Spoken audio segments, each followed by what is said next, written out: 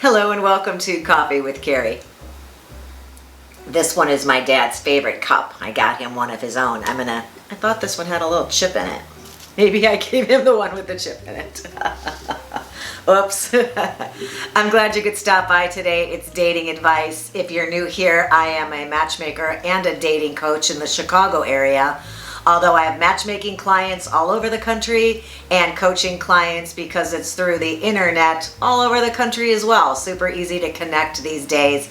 I certainly make great use of my Zoom account. And well before it was the cool kids thing to do. Today I wanted to talk a little bit about managing expectations when dating, especially before the first date or two.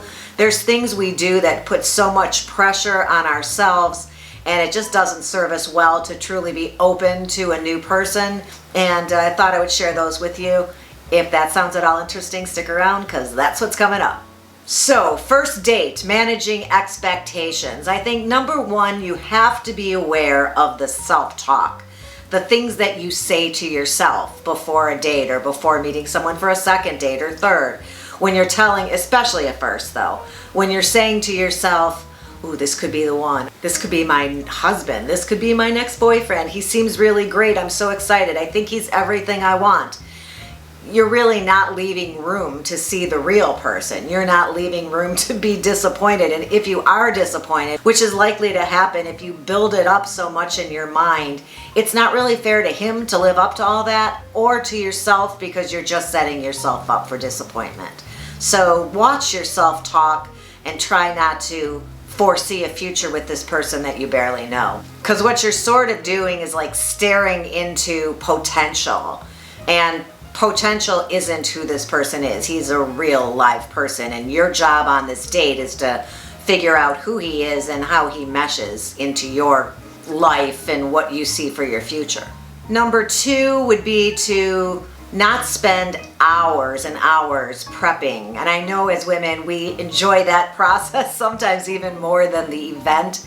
But if you spend 3 hours, or I've had clients who go out and get their hair done or their nails done just prior to the date. I'm not saying don't keep up with your hair, but if the whole day is all leading up to this date, isn't that sort of a lot to live up to as a fella? He doesn't know that you had 12 outfits laid out on the bed and you FaceTimed with your dating coach and your matchmaker and showed them pictures of 4 of them. Then we had to pick out shoes. Yep, that happens.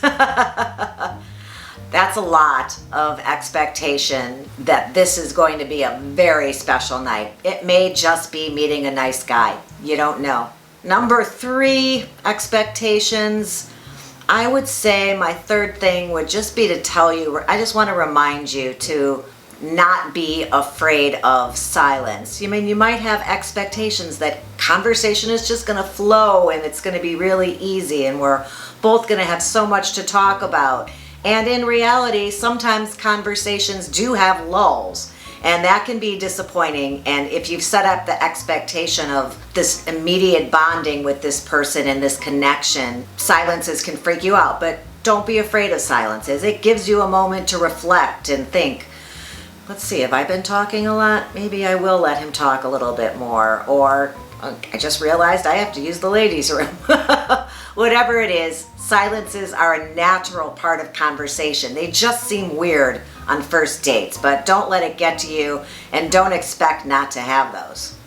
I want to go back to number 2, which was spend all day prepping, and remind you that I think it's a great idea to have ready to go date outfits. I do have a video about that. I'll link to it right here. But that really helps to take the pressure off and lower expectations when you already sort of know that it's going to be one of 2 or 3 outfits. You've had it on before, you've tried it, you feel good in it. Less pressure, less on the table to force you to spend extra time prepping for this date. Something else that's going to help you manage expectations is not putting so much pressure on yourself, not only to look good like in the previous one, but to be charming. You just need to be your best version of yourself. You're not the entertainment for the night. So don't feel like you have to be the life of the party and be exuding constant energy and carrying this conversation all by yourself.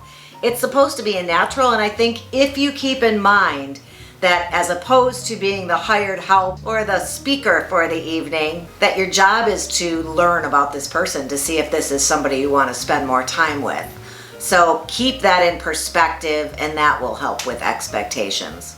Number 5 would be forget about the checklist. So many fellas say that they feel that the woman has a little checklist under the table, and she's asking questions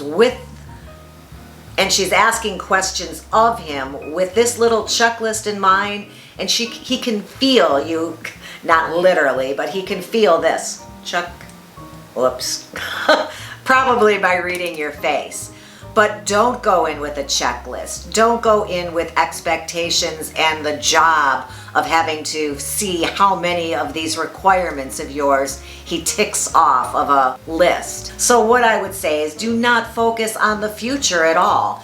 Your job here is not to make sure he is the perfect person to help you raise children or that you're going to be able to live together in harmony forever. This is a person you're just trying to get the feel for. And you know what guys and women will say to me after a date that they for sure want to see the other person again? What that common thread in the feedback is for a great date? That they laughed a lot. Yeah, who doesn't want to sign up for another date with someone who was so comfortable that they were able to just laugh and enjoy themselves? So that's what I recommend. Put the list away for now, put away the expectations, go meet somebody and just have fun. Have a fun evening getting to know someone you don't really know very well but seems interesting to you. I hope you found this helpful. If you did, please give the episode a thumbs up. And as long as you're there, maybe hit the subscribe button. That would be awesome. The ring bell's there also if you want to be notified every time I upload a new episode. And I would love to have you back. I'll look forward to it, actually. And until that next time, thanks for being here today, and have a good one.